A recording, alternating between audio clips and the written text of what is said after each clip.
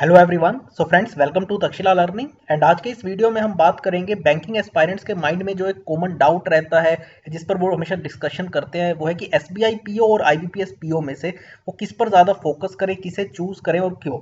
और इसी पर हम बात करेंगे आज के इस वीडियो में। हम कंपेयर करेंगे एसबीआई के अंदर अगर आप प्रोबेशनरी ऑफिसर की पोस्ट पर काम करते हैं और आईबीपीएस के अंदर आने वाले जितने भी पब्लिक सेक्टर बैंक्स हैं उसके अंदर अगर आप प्रोबेशनरी ऑफिसर की पोस्ट पर काम कर रहे हैं तो क्या आपको मेजर डिफरेंसेस देखने को मिलेंगे। तो उन्हें हम कंपेयर करेंगे आज के इस वीडियो में।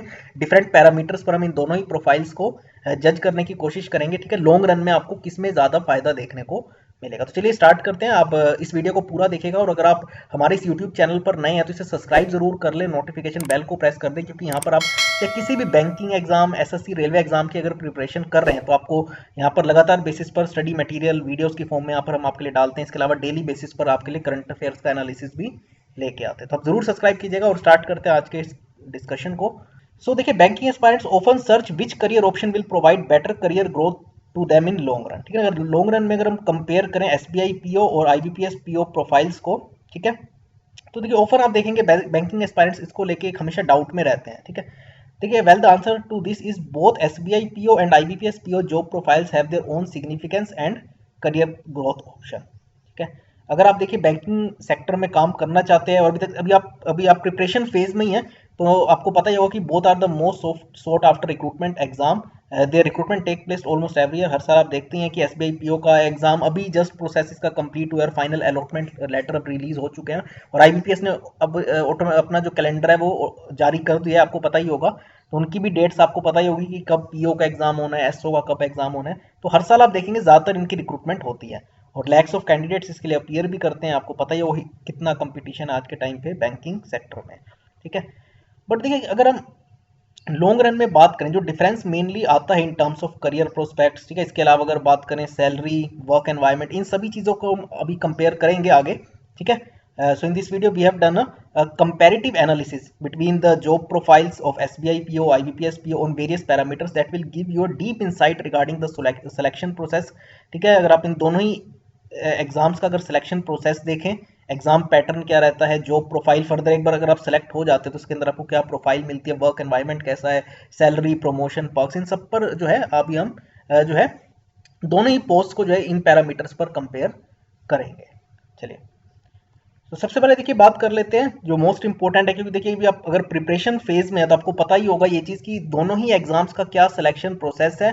और पार्टिसिपेटिंग बैंक्स की अगर बात करें, पर्टिकुलरली पार्टिसिपेटिंग बैंक्स आईबीपीएस के लिए है, क्योंकि एसबीआई का तो आपको पता ही एग्जाम अपने लिए ही कंडक्ट करते हैं, कोई दूसरा बैंक इसमें पार्टिसिपेट नहीं करता। जबकि आईबीपीएस जो है ये एक रिक्रूटमेंट बॉडी है, institute of banking personnel selection. ये जितने भी हमारे पब्लिक सेक्टर बैंक्स है उनके लिए एग्जाम कंडक्ट करने का काम है इनको। ठीक है, सबसे पहले बात कर लेते हैं एसबीआई पीओ के बारे में। The recruitment process is conducted to shortlist candidates for the post of PO in SBI only. तो मैंने आपको बताया सिर्फ एसबीआई के अंदर जो है रिक्रूटमेंट के लिए एग्जाम कंडक्ट किया जाता है। अगर हम लेवल ऑफ एग्जाम की बात करें, अगर आप देखिए प्रीवियस ईयर पेपर्स को देखेंगे एसबीआई पीओ और आईबीपीएस पीओ के, तो आपको देखिए एसबीआई पीओ का जो एग्जाम है वो थोड़ा सा स्लाइटली टफर लेवल पर देखने को मिलेगा as compared to IBPS PO. ठीक है ना, तो जो लेवल होता है एसबीआई पीओ का एग्जाम का वो थोड़ा सा टफ होता है as compared to IBPS PO. और जो ओवरऑल सिलेक्शन प्रोसेस है, सबसे पहले देखिए आपको प्री का एग्जाम देना होता है। आपको पता ही है, अगर आप प्री एग्जाम क्वालिफाई कर लेते हैं फिर मेंस का एग्जाम आपको देना होता है। और मेंस का भी एग्जाम अगर आप क्वालिफाई कर लेते हैं तो फिर आपका इसमें ग्रुप एक्सरसाइज रहता है जिसमें ग्रुप डिस्कशन होता है और फिर इंटरव्यू। क्लियर है, तो इसमें ये तीन चीजें रहती है, पहले प्री का एग्जाम, मेंस का एग्जाम और उसके बाद ग्रुप डिस्कशन या ग्रुप एक्सरसाइज और इंटरव्यू। आईबीपीएस पीओ में बेसिकली क्या होता है, मैंने आपको बताया institute of banking personnel selection इसकी फुल फॉर्म है। Is entrusted with the responsibility, ये इनको रिस्पॉन्सिबिलिटी दी गई है कि जितने भी हमारे पब्लिक सेक्टर बैंक्स हैं उनका एग्जाम कंडक्ट करते हैं। तो पीओ पोस्ट के लिए, क्लर्क पोस्ट के लिए, इसके अलावा रीजनल रूरल बैंक के भी एग्जाम में कंडक्ट करते हैं। ठीक है ना, प्रोबेशनरी ऑफिसर्स या मैनेजमेंट ट्रेनीज भी हम इन्हें कहते हैं, क्योंकि आपको पता है कुछ टाइम के लिए जो भी सिलेक्ट होता है उनको प्रोबेशन पीरियड पर रखा जाता है। इसमें देखिए एट प्रेजेंट 11 पार्टिसिपेटिंग ऑर्गेनाइजेशन है। पहले देखिए बहुत ज्यादा होती थी, लेकिन अब मर्ज होने के बाद जो आपको तो पता ही हो कितने अभी काफी सारे पब्लिक सेक्टर बैंक्स का जो पिछले टाइम में मर्जर हुआ है, उसके बाद जो अब रह गए हैं पार्टिसिपेटिंग ऑर्गेनाइजेशन आईबीपीएस के, वो कौन कौन से, एक तो पंजाब नेशनल बैंक है। ठीक है, ये पंजाब नेशनल बैंक का जो है दो बैंकों के साथ मर्जर हुआ था, उसका bank of Baroda, Canara bank, Indian bank, फिर union bank of India, bank of India. ठीक है, इसके अलावा इनका भी मर्जर नहीं हुआ, देखिए बैंक ऑफ इंडिया का, सेंट्रल बैंक ऑफ इंडिया का, इसके अलावा बैंक ऑफ महाराष्ट्र हो गया, ठीक है, Indian overseas bank, UCO bank और पंजाब एंड सिंध बैंक। तो ये हमारे एट प्रेजेंट 11 पार्टिसिपेटिंग ऑर्गेनाइजेशंस है या बैंक्स है जो अभी भी रिक्रूटमेंट जो है वो आईबीपीएस के थ्रू कर रहे हैं। और इसका भी देखिए 3 फेज ही है आईबीपीएस पीओ के भी जो पूरा सिलेक्शन प्रोसेस है। सबसे पहले प्री का एग्जाम, अगर आप प्री का एग्जाम क्वालिफाई कर लेते हैं तो आपको फिर देखिए मेंस एग्जाम के लिए बुलाया जाता है। ठीक है, और मेंस का अगर आप क्वालिफाई कर लेते हैं तो फिर इंटरव्यू। देखिए अब इसमें जो एक मेजर डिफरेंस है एसबीआई पीओ और आईबीपीएस पीओ के सिलेक्शन प्रोसेस में, वो यही है कि इसमें आईबीपीएस पीओ के केस में ग्रुप डिस्कशन नहीं होता, सिर्फ इंटरव्यू होता है, जबकि एसबीआई के केस में ग्रुप डिस्कशन भी रहता है, जीडी आपका। तो ये एक मेजर डिफरेंस है। उसके अलावा लेवल ऑफ एग्जाम का मैंने आपको बताया ही कि आपको एसबीआई पीओ का एग्जाम स्लाइटली टफर देखने को मिलेगा as compared to IBPS PO. बाकी बस ये एक थोड़ा सा एग्जाम के लेवल में फर्क है, और इसमें ग्रुप डिस्कशन होता है एसबीआई पीओ में, जबकि आईबीपीएस पीओ में सिर्फ इंटरव्यू रहता है। तो ये दो मेजर डिफरेंसेस है इनके सिलेक्शन प्रोसेस में। पार्टिसिपेटिंग बैंक्स की बात करें तो एसबीआई में मैंने आपको बताया कि सिर्फ खुद एसबीआई अपने लिए एग्जाम कंडक्ट करता है, जबकि आईबीपीएस के अंदर जो है 11 पार्टिसिपेटिंग ऑर्गेनाइजेशन है। खासकर मर्जर के बाद आपको पता है काफी कम हो गए, पहले तो बहुत ज्यादा थे। ठीक है, और वैकेंसीज के बारे में मैं आगे बात करूंगा कि वैकेंसीज का कितना आपको डिफरेंस इनमें देखने को मिलता है। अब बात कर लेते हैं जॉब प्रोफाइल के बेसिस पे। तो देखिए जॉब प्रोफाइल की हम बात करें, चाहे आप देखिए एसबीआई के अंदर पीओ के तौर पे काम कर रहे हैं या आईबीपीएस पीओ में, ये वो देखिए आपको ऑलमोस्ट सिमिलर देखने को मिलेगी, ज्यादा कोई देखिए डिफरेंस नहीं होता, क्योंकि probationary officer is equal to assistant manager in a bank. तो जो असिस्टेंट मैनेजर का काम होता है आईबीपीएस के अंदर आने वाले बैंक्स के पीओ का, वही देखिए एसबीआई में भी होता है। तो बात करें अगर प्रोबेशनरी ऑफिसर्स इन एसबीआई और any of the public sector banks are given the following duties to perform. सबसे पहला देखिए जो मोस्ट इंपॉर्टेंट वर्क होता है किसी भी एक प्रोबेशनरी ऑफिसर का, वो होता है is to provide customer service. ठीक है, जो भी देखिए कस्टमर आता है, ठीक है ना, तो इसमें से फॉर एग्जांपल कोई आपके पास कोई क्वेरी करता है कस्टमर रिलेटेड टू लोन्स, क्योंकि लोन को लेके सबसे ज़्यादा एक माइंड में डाउट रहता है किसी भी कस्टमर के। ठीक है, तो लोन से रिलेटेड कोई क्वेरी है, इसके अलावा अगर वो नया अपना अकाउंट ओपन कराना चाहते हैं उससे रिलेटेड अगर वो उसको माइंड में कुछ चीज़ें पूछना चाहते हैं, डिपॉजिट हो गए, cheque book, credit card, internet banking, इसके अलावा अगर वो लोकर फैसिलिटी भी लेना चाहता चाहे, तो ये सारी क्वेरीज है जो अगर कोई कस्टमर आपसे पूछता है तो उसको आपको सेटिस्फैक्टरी आपको आंसर करना होगा।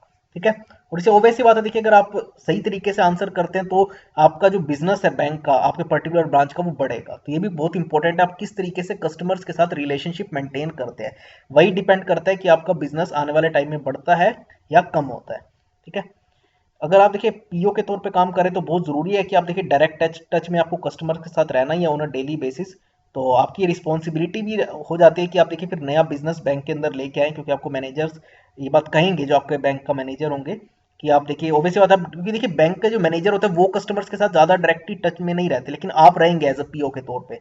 ठीक है ना, तो उसमें देखिए डेफिनेटली आप पे एक रहेगा कि आपको बैंक का बिजनेस बढ़ाना है। आपको जितनी भी बैंक की सर्विसेज होती है, जैसे आपको बता रहा था फिक्स डिपॉजिट, आपके पास कोई कस्टमर आए उसका अगर सेविंग का अकाउंट है तो आप उन्हें एनकरेज कर सकते हैं कि वो फिक्स डिपॉजिट आपके यहाँ खुलवाए, या आरडी जो होती है रेकरिंग डिपॉजिट वो ओपन करा सकते हैं। आप उन्हें क्रॉस सेलिंग कर सकते हैं अपने इंश्योरेंस जिसके साथ भी, जैसे किसी एक बैंक का टाई अप होता है जिस भी इंश्योरेंस कंपनी के साथ, तो आप उनके प्रोडक्ट्स उनको क्रॉस सेल कर सकते हैं। इसके अलावा आप उन्हें लोकर की फैसिलिटी, अगर आपके पास लोकर्स वैकेंट है तो आप उन्हें कह सकते हैं कि आपके वहाँ ले सकते हैं। इसके अलावा भी मैं आपको बता रहा था लोन के लिए आप एनकरेज कर सकते हैं, क्रेडिट कार्ड हो गया, ये सब चीज़ें जो है आप उन्हें कन्विंस कर सकते हैं। इसके अलावा भी देखिए आपको ओवैसी बात है, जो अकाउंट्स होते हैं कस्टमर के उन्हें मैनेज करने का काम होता है, कैश की हैंडलिंग एक्टिविटीज जो होती है, क्योंकि जो टेलर होता है, जो कैशियर होते हैं, उसके अलावा आपकी भी एक बहुत बड़ी रिस्पॉन्सिबिलिटी होती है, क्योंकि जितनी भी ट्रांजेक्शन होती है उसको आपको भी एक बार अप्रूव करना होता है। ठीक है, इसके अलावा कैश डिस्पर्सल हो गया जो खासकर लोन के केस में होता है।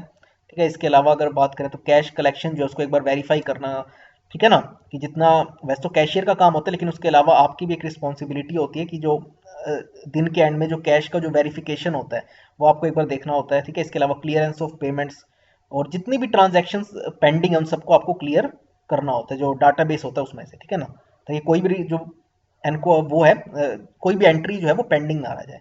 इसके अलावा भी देखिए कुछ रिस्पॉन्सिबिलिटी होती है, जैसे आपको जितनी भी रिपोर्ट्स होती है जो डेली बेसिस पर आपको मेंटेन करनी होती है, कुछ रिपोर्ट्स जो होती है वो आपको मंथली बेसिस पर होती हैं। ठीक है ना, वो उन्हें मेंटेन करना होता है। इसके अलावा आपको ऑफिशियली जो है बाकी डिपार्टमेंट्स के साथ, बाकी बैंकों के साथ भी टच में रहना होता है, क्योंकि देखिए ओवैसी बात आपने देखा होगा एक बैंक दूसरे बैंक के साथ रेगुलर बेसिस पे जो है वो पैसा जो है, अगर कोई पैसों की रिक्वायरमेंट होती है तो वो ट्रांसफर करते हैं। ठीक है ना, इसके अलावा भी क्योंकि ओवैसी बात है, देखिए आपको डिफरेंट बैंकों के चेक भी आते हैं, तो आपको इसलिए बाकी बैंकों के साथ भी और डिपार्टमेंट्स के साथ एक टच में रहना होता है। ठीक है। आगे अगर बात करें, ये तो मैंने आपको बताया, तो देखिए प्रोफाइल दोनों की लगभग सेम है, आपको कोई ज्यादा डिफरेंस एसबीआई के अंदर और आईबीपीएस के अंदर आने वाले बैंकों में पीओ की पोस्ट में नहीं देखने को मिलेगा। अब बात कर रहे थे सैलरी के बारे में। सैलरी देखिए आपको एसबीआई के अंदर एक अच्छी सैलरी मिलती है एज कम्पेयर टू, अगर हम आईबीपीएस के बारे में बात करें जिसके अंदर बैंक्स आते हैं। So SBI provides a good salary package to the employees who join as probationary officers. ठीक है, तो जो एनुअल आपका सीटीसी रहता है आपको कम से कम देखिए 8.20 लाख देखने को मिलेगा, और मैक्सिमम ये जाता है 13.08 लाख तक। ये डिपेंड करता है कि आप किस ब्रांच में पोस्टेड है, क्योंकि फॉर एग्जांपल अगर आप मुंबई में किसी काफ़ी हाई लोकेलिटी एरिया में अगर पोस्टेड है तो ऑब्वियसली बात है वहाँ आपके जो एक्सपेंसेस होते हैं वो बहुत ज़्यादा होते हैं एज कम्पेयर टू अगर आप किसी रूरल ब्रांच में है। तो इसलिए आपकी जो सैलरी होती है वो भी डिपेंड करता है आप किस ब्रांच में काम कर रहे हैं, ठीक है ना। बट जो स्टार्टिंग पे है, अगर हम बात करें जूनियर मैनेजमेंट ग्रेड स्केल 1 जो ये होता है उसका वो जो बेसिक पे है वो कितनी है, 27,620, 27,620।